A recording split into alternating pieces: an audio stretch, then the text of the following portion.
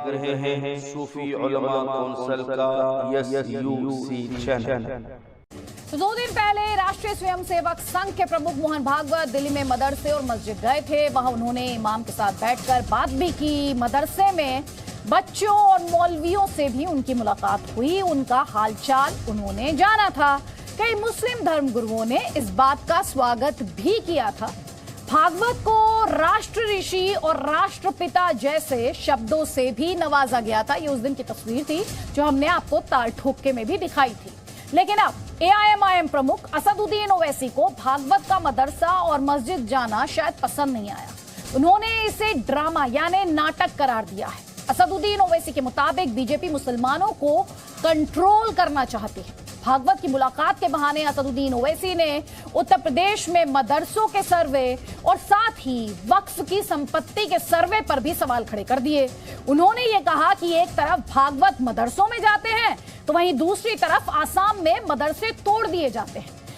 ओवैसी ने एक बार फिर से ये आरोप लगाया कि उत्तर प्रदेश में वक्फ की संपत्ति का सर्वे इसलिए किया जा रहा है ताकि उन पर कब्जा किया जा सके।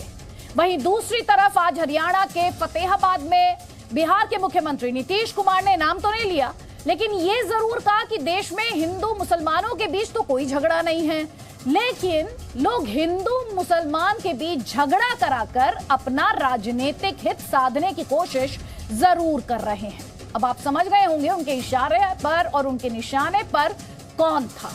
बड़ा सवाल यह है कि क्या हिंदू मुसलमान करने में सियासत को अपनी वोट की दुकान दिखती है और देश में जो कुछ भी हिंदू मुसलमान के नाम पर हो रहा है क्या ये माना जा सकता है कि इसके पीछे सिर्फ और सिर्फ सियासत है।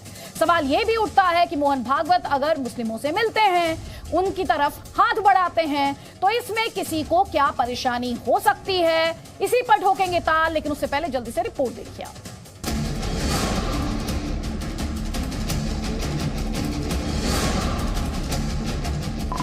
बीजेपी RSS एक नया ड्रामा कर रही है और वो नया ड्रामा क्या है कि मोहन भागवत RSS के सर संचालक दिल्ली में एक मदरसे को चले गए।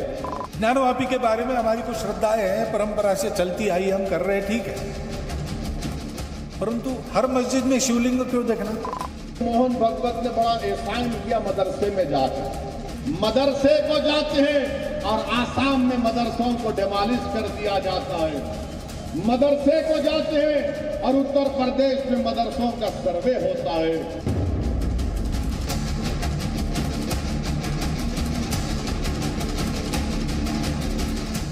पहली मर्तबा वो किसी मस्जिद में आए हैं।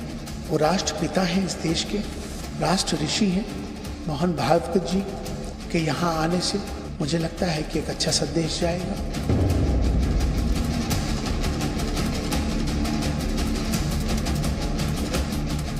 मदरसे जाकर कुरान की तिलावत सुनते हैं और उत्तर प्रदेश में वक्फ की जायदादों का सर्वे किया जा रहा है ताकि मुसलमानों की वक्फ की जायदादों को उनसे छीन लिया जाए। मुस्लिम और हिंदू के बीच में कोई झगड़ा नहीं है, लेकिन कुछ लोग तो गड़बड़ करने के चक्कर में रहता है। तो कई खास मेहमान हमारे साथ हैं, आपको बता देते हैं। हमारे साथ सूफी मोहम्मद खैरुद्दीन हैं, इस्लामिक स्कॉलर हैं। खैरुद्दीन, अभी थोड़ी देर पहले अजय आलोक जी ने भी कहा, अभी संगीत रागी ने भी कहा, जिन मदरसों पर टेरर कनेक्शन के संगीन आरोप, उन पर अगर एक्शन लिया जाता है तो दिक्कत क्या है, उसमें मजहब क्यों आ जाता है? देखिए, मदरसों पर जो एक्शन लिया जा रहा है, मैं यहाँ पर एक सवाल ये करना चाहता हूँ कि हमारे मोहन भागवत जी जिस मदरसे में गए, जिस मस्जिद में गए, वहाँ पर बच्चों की तालीम को उन्होंने सुना है, देखा है। तो मोहन भागवत जी का तो ये फरीदा होता था कि जो मदरसों पर जो इल्ज़ाम लगाया जा रहा है कि यहाँ पर जिहाद की तालीम दी जाती है, तो क्या मोहन भागवत जी ने उस मदरसे में बच्चों को जिहाद की तालीम देते हुए देखा है? अगर देखा होता तो वो उसका जो ना इजहार करते, तो जाहिर बात है उन्होंने नहीं देखा, तो उनको ये कहना चाहिए था कि जो मदरसों पर इल्ज़ाम लगाया जा रहा है कि यहाँ पर जिहाद की तालीम दी जाती है, ये गलत है।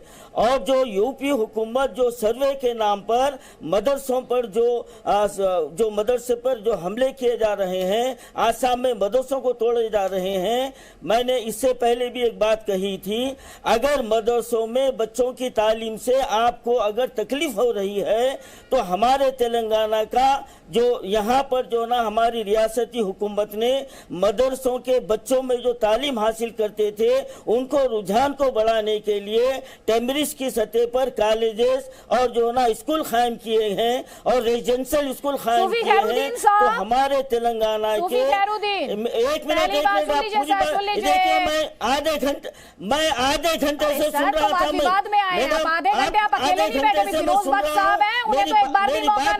दीजिए आप नाना सूफी खैरुद्दीन जी सवाल का जवाब देने आए हैं साहब। तो आप नाना सुनिए मेरी बात, नाना बात तो पूरी होने दीजिए आप मुझे। बात पूरी कीजिएगा ना सर, आप कुछ भी बोलेंगे। पहली बात, आपने तो जिस बात से स्टार्ट किया ये पूरा डिस्कशन सूफी खैरुद्दीन जिस पॉइंट से डिस्कस टारगेट करते हैं आप बोल लीजिए, आप भाषण दे लीजिए सर, एक ही बार में अपना पूरा टाइम एग्जॉस्ट कर दीजिए, दे लीजिए आप भाषण देने आए हैं आप। तो अभी कह रहा हूँ, वही तो कह रहा हूँ मैं, वही तो कह रहा हूँ। आपको ये किसने कहा कि सारे मदरसों को कहा जा रहा है कि वहाँ पर जिहादी तालीम दी जाती है? जरा से ये बताइए पहले, किसने कहा है कि सारे मदरसों में जिहादी तालीम दी जाती है? सब मदरसे अच्छे नहीं है। किसने कहा आपसे? मुसलमान अच्छे किसने नहीं कहा आपसे? है। और दूसरा मुझे ये बताइए कि सर्वे के नाम पर कौन से मदरसे पर बुलडोजर चल गया? आप सवाल का जवाब दीजिए मुझे, सवाल का जवाब दीजिए, इधर उधर मत घुमाइए आप बात को। और दूसरी बात मुझे बताइए कि कौन से मदरसे पर हमला हो गया उत्तर प्रदेश में? अच्छे मदरसे नहीं, आप अपनी कन्वीनियंस के हिसाब से आर्ग्यूमेंट कर रहे हैं। आप ये बताइए ना, उत्तर प्रदेश में कौन से मदरसे पर हमला हो गया? नहीं, मैं देखिए बात जो हो रही है मैं उसी का जवाब दे रहा हूँ। आप सुनने को तैयार नहीं है आप मेरी बात को। इतनी देर भाषण देने के बाद आपको ये लग रहा है कि मैंने आपकी बात नहीं सुनी और आपसे सवाल पूछ पा रही हूँ मैं? भाषण खत्म नहीं दे रहा हूँ। नहीं, आपने शुरुआत इस बात से की कि उन्होंने कहना चाहिए था कि मदरसों में ऐसी तालीम नहीं दी जाती। किसने आपसे कहा कि सारे मदरसे कटघरे में इस देश में? किसने आपसे कहा है? ये जो आप गुमराह करने का काम करते हैं और बरगलाने का काम करते हैं ना देश के मुसलमानों को, इसी से सबसे ज्यादा नुकसान होता है, इसी से सबसे ज्यादा नुकसान होता है। और सवाल का जवाब है नहीं आपके पास।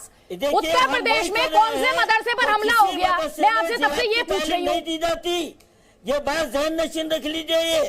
ये इल्जाम लगाया जा रहा है मदरसों के ऊपर। किसने लगा दिया इल्जाम? आप लगा रहे हैं ये इल्जाम, आप लगा रहे हैं ये इल्जाम। आप ये बताइए कितने मदरसों की स्क्रूटनी हो रही है? ये बताइए आप मुझे, कितने मदरसों की स्क्रूटनी हो रही है? बताइए कौन से मदरसों की शूटिंग हो रही है बताइए आप, किसकी हो रही है?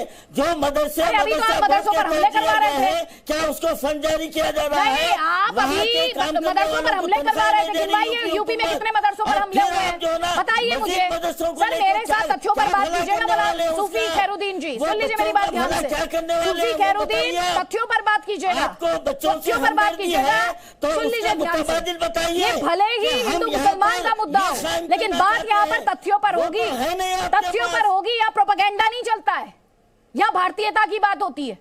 समझने वाले को वो बात भी समझ में आती है।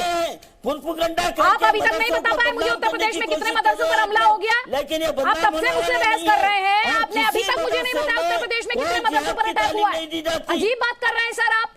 एक खबर को स्वीपिंग जनरलाइजेशन में ले जाना, यही काम सियासत करती है, यही काम सूफी साहब आप कर रहे हैं सर।